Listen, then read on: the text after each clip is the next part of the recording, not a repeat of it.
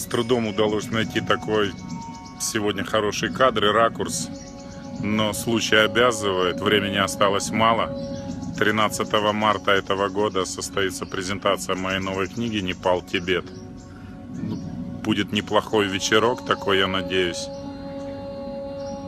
Непальские танцы, хорошие фотографии, хорошая книга, немножко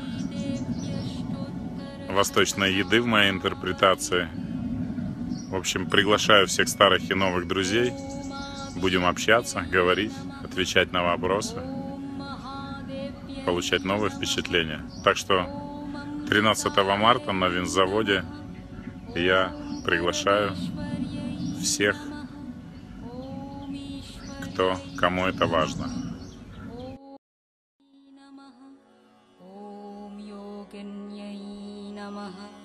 ॐ सर्वभूतेश्वर्यै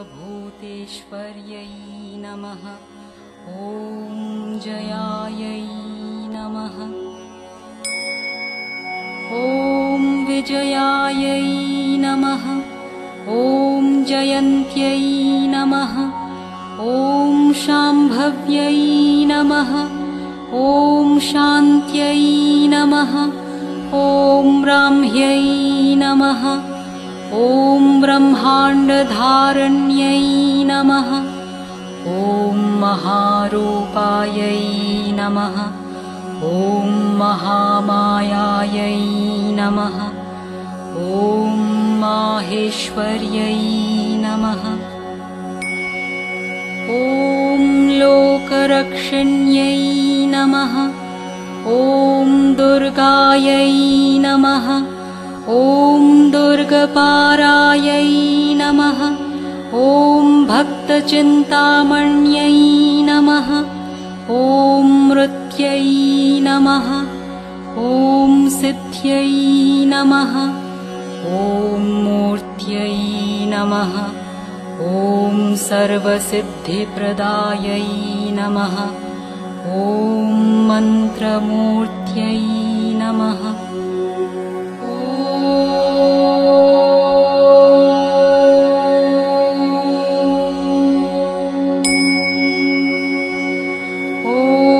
महाकाल्यै नमः ॐ सर्वमूर्तिस्वरूपिण्यै नमः ॐ वेदमूर्त्यै नमः ॐ वेदभूत्यै नमः ॐ वेदान्तायै नमः ॐ व्यवहारण्यै नमः ॐ अनघायै नमः ॐ भगवत्यै नमः ॐ रौद्रायै नमः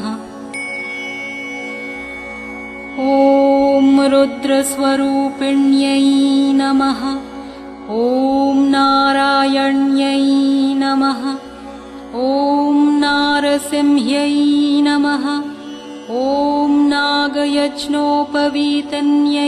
नमः ॐ शङ्खचक्रगदाधारण्यै नमः ॐ जटामुकुटशोभिन्यै नमः ॐ अप्रमाणायै नमः ॐ प्रमाणायै नमः ॐ आदिमध्यावसानाय